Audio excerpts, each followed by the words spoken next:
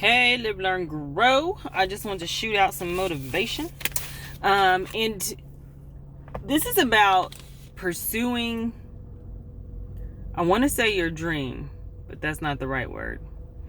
And what I'm going to say is pursuing that which is in you, right? Sometimes we'll have a thing or a gnawing or a feeling inside of us that we are meant to do a thing. But there's so many deficits and voices and along the way wrong talk in our head that has become a program for us, right? And a program does what? A program is like an operating system. It's a thing that continues on and it functions all by itself. So you don't even have to do anything for a program to work, right? So we can have programs that benefit us and programs that don't. And the programs that don't benefit us tell us wrong things about ourselves. It makes us believe that we're not worthy, that we're not capable, that we don't have enough skills, or it's been too long, or we're too old, or maybe we're too young, or we came from wherever and so we can't, or we didn't have whatever so we can't. And then we go through a list of excuses. Well, if I did have, right? So we'll take all the what I didn't haves and what shoulda, coulda, woulda happened to me, or what did happen to me, or whatever those things are, right? We'll take those and then we'll build excuses to kind of lift them up. See what's happening? It's filling me up and it's capping me off, and there's no room for anything else. So what happens when something else tries to come in, just like any other response in our world, when something happens, we have a fight, flight, or freeze response. And unfortunately, when your record and your information, be it the wrong information, especially if it's blocking or stopping you from moving forward, that fight response is going to kick up when something new tries to enter in. And unfortunately, you have some people that fight extremely hard to stay the same. They fight against change. They'll fight against you even trying to here's a good sign. If you can't receive a gift without giving a laundry list of excuses or reasons or things to justify receiving the gift, you are a person that is afraid of change. You are a person that not only is afraid of change, but you don't feel valid. You don't feel that you're good enough. You don't feel, you feel like you have to do something to get something, right? Like instead of receiving, because a gift is a thing that comes to you. You don't have to do something to get a gift, right? A gift is given just because you are who you are already. No, don't pay me for it. No, you don't owe me anything for it. No, don't, people who are like, they'll say, what I owe you, what I owe you, what I owe you. Because they think they need to owe a thing to get a thing. Because there's somewhere in them, that record somewhere has told them that they're not good enough. Because if you got to do something to get something, then that gives you a check mark that you earned it, right? So now that validation thing is satisfied. Well, I earned it, so it's mine. Give it to me. It's no longer a gift. It's no longer a gift when that happens. And so it's so many levels to that. You rob the giver of the gift of giving when you do that. But that's selfishness too. So anyway, we're not going to go off into that. But I just want to call out some things, man, because we do these things unconsciously and it's blocking ourselves from our own blessing. It's preventing us from moving into a new space. Fight harder for change instead of fighting to stay the same, right? Fight to remove limiting beliefs out of our head. Fight to remove the things that keep us in the same place, that keep telling us the same story. I don't know the numbers, but we think the same thought some 1,000 times a day. That's crazy, every day, but that makes a whole lot of sense. If we're thinking the same thing all of the time, nothing will ever change. So you do have to be intentional to replace those thoughts. Like intent, write it down. What am I thinking that's keeping me from blank?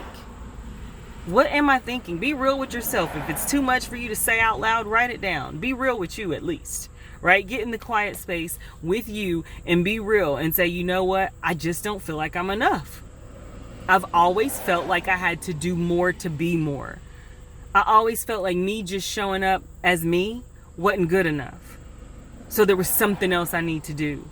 And when I did that something else, at least I told myself I did more.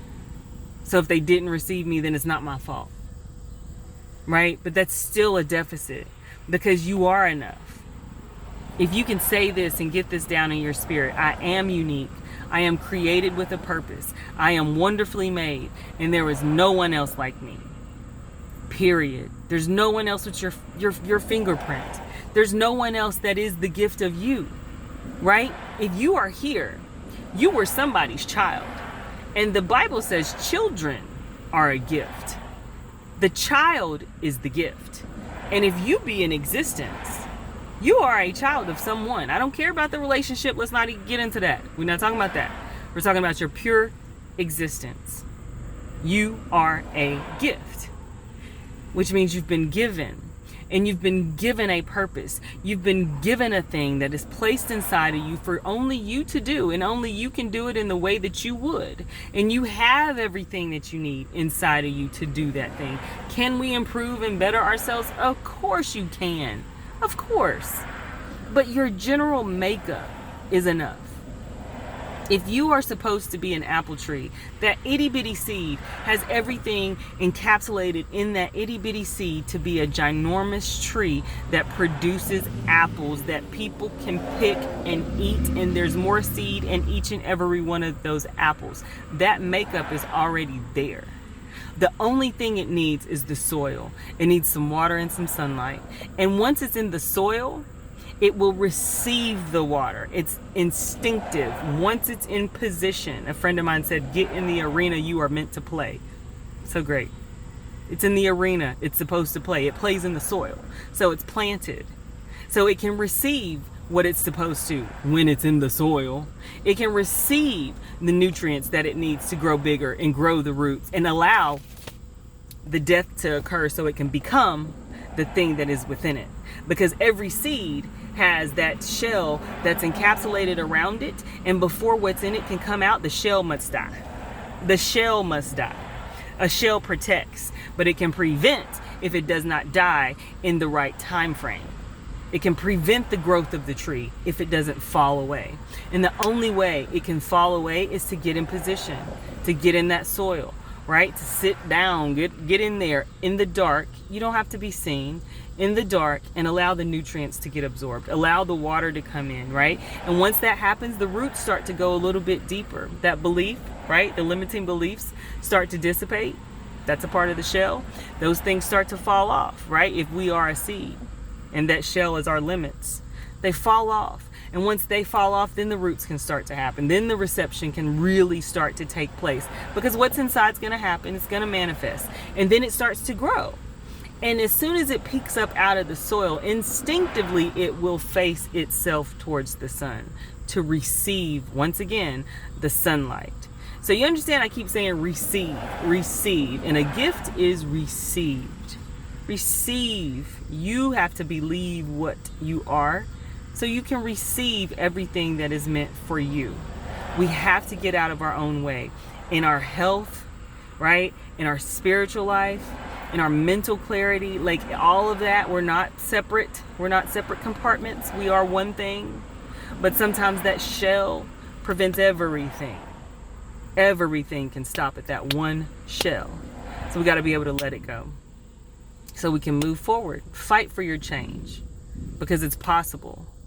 Get in the arena you're meant to play, and you'll be able to do amazing things. You'll be able to do everything that's been on the inside of you that your mind's eye has already seen before, because it will be familiar. It won't be something that's foreign to you, because it is you, right? All right, live, learn, grow.